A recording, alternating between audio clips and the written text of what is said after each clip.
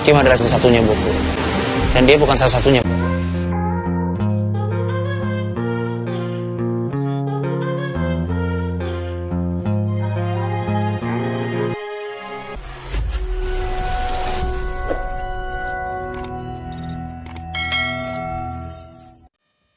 Aroma-aroma persaingan makin panas dan makin seru nih. Jadi, awalnya itu dimulai dari Sam itu yang mengundurkan diri dari toko perhiasannya gara-gara dia itu merasa harga dirinya diinjak-injak oleh bosonya gara-gara semua perhiasan dan juga benefit yang diberikan bosonya kepadanya.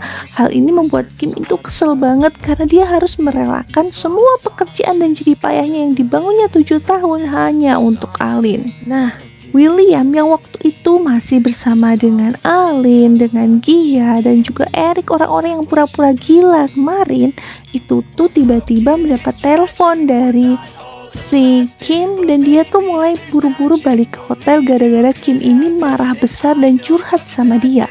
Nah, ketika mereka mau masuk ke dalam kamar, tiba-tiba berpapasan dengan Kim dan Kim pun ngamuk banget gara-gara dia adalah satu-satunya orang yang tidak tahu keberadaan Will dan dia merasa kalau dia itu artinya apa buat Will sampai dia itu nggak dikasih tahu tentang kepulangan Will.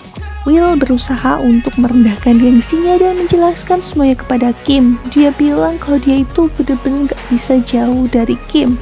Dan Kim pun merasa kalau mulai hari itu, sejak pertama kali dia ketemu sama Will, dia memang sangat menggantungkan hidupnya kepada Will.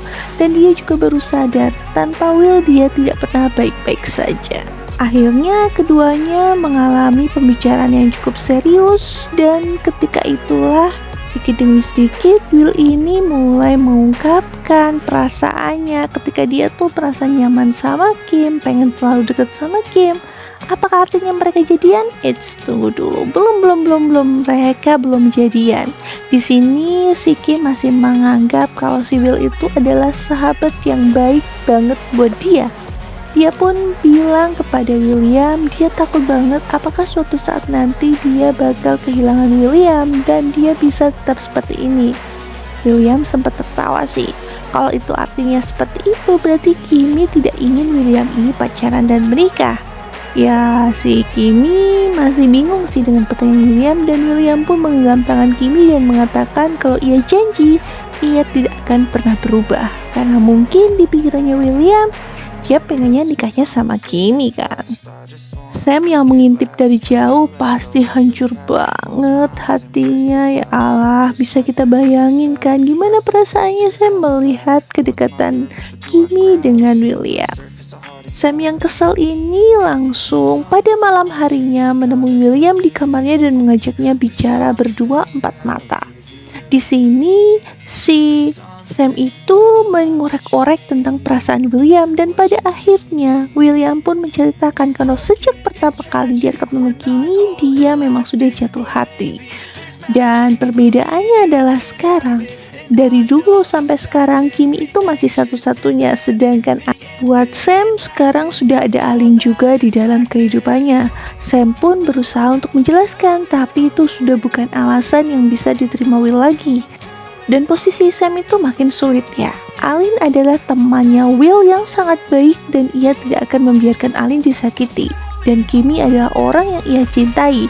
Itu artinya Sam mau mendapatkan Kimi artinya harus melangkahi Will dulu.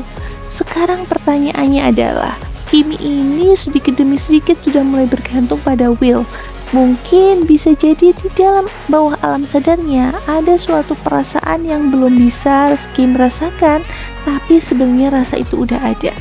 Lalu bagaimana nasib Samuel ya? Apakah pada akhirnya Kimi ini akan bersama Will atau bersama Samuel?